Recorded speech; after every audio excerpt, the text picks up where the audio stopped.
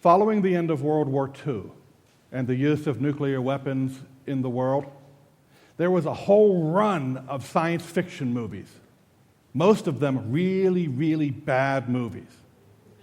And in almost all of them, someone says at some point, it's going to be the end of life as we know it. And they said it in fear, because they liked the life that they knew. They wanted things to continue the way they had been since the beginning of time until that moment and keep going on forever.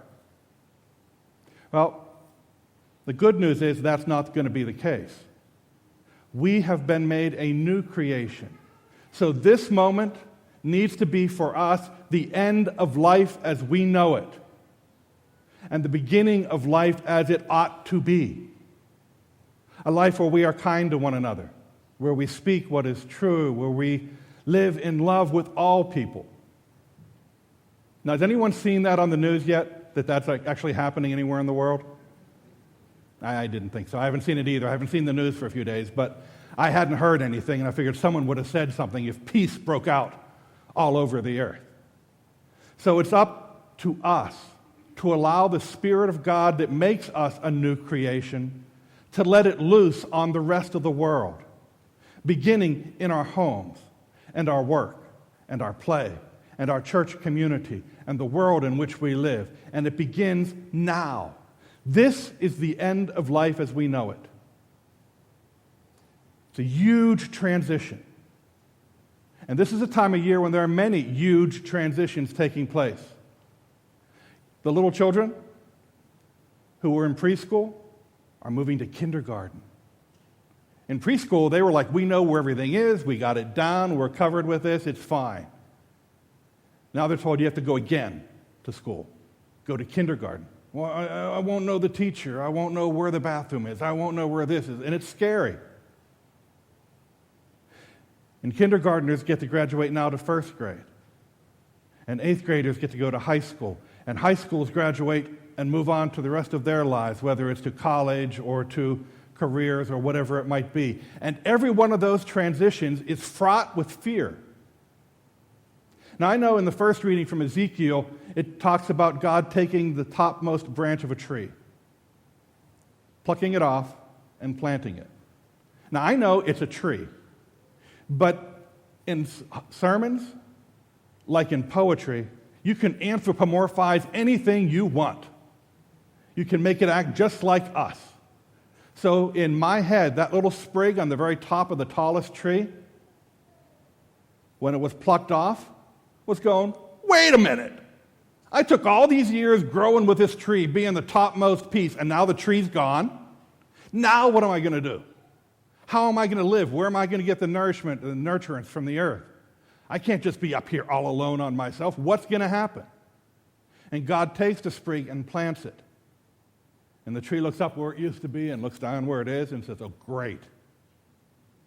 I was at the topmost part of the tree. I fought my way to the highest peak. Now I'm back down here in the dirt again with my feet getting dirty. What good is that? But God's not done with the sprig yet. God says, I will take that sprig and I will grow it, and it will be the largest of all trees ever. The sprig likes that news. That's good news. And that's what we have. For all the transitions that go on in our life involve a loss of some kind. Something with which we are familiar is no longer going to be what it was. And something that we don't even know what it is yet is going to be happening. And we're going to be deeply involved in it. And this doesn't just happen with graduations, although this is the season of graduations. It also happens with life. We are familiar with life. We pretty much know how it works. We don't like how it works, but we know how it works. And there's a transition coming for all of us as well. From life through death to... Anybody? Life after death, thank you. I was hoping there was something coming and not just this big void. Life after death. And we don't know exactly what that's like. We know that Jesus died and rose and is in that kingdom now. And he starts that kingdom currently within us, but it's in a mirror darkly. We don't know what the future is going to be like in that kingdom for us. We don't know what tomorrow or the rest of today is going to be like for us. in this new kingdom where we are a new creation, where God is doing something new and wondrous in us and through us in the rest of the world. We are challenged by these words today to let God do what God does with us. When the Spirit of God became active in all of us at baptism, we bought a ticket for a ride, or a ticket was given to us for a ride. And all we have to do is hold on. Hold on to your seat, hold on to that little bar in front of you like a Kennywood, and just keep on holding on, because God's ride is a wild and wondrous ride. And we're in the middle of it now, and there's a big sharp turn coming in a dark tunnel. We don't know what it is coming up. Whether it's going to be a big drop or a giant climb or what it's going to be, because it's a dark tunnel right now. We've never ridden this ride before, beyond this point of today.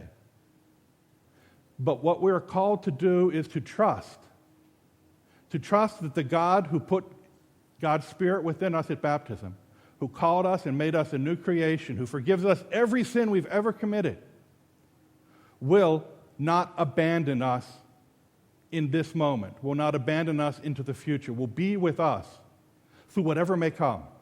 And that whatever may come is going to be better. So this is the end of life as we know it. Yay!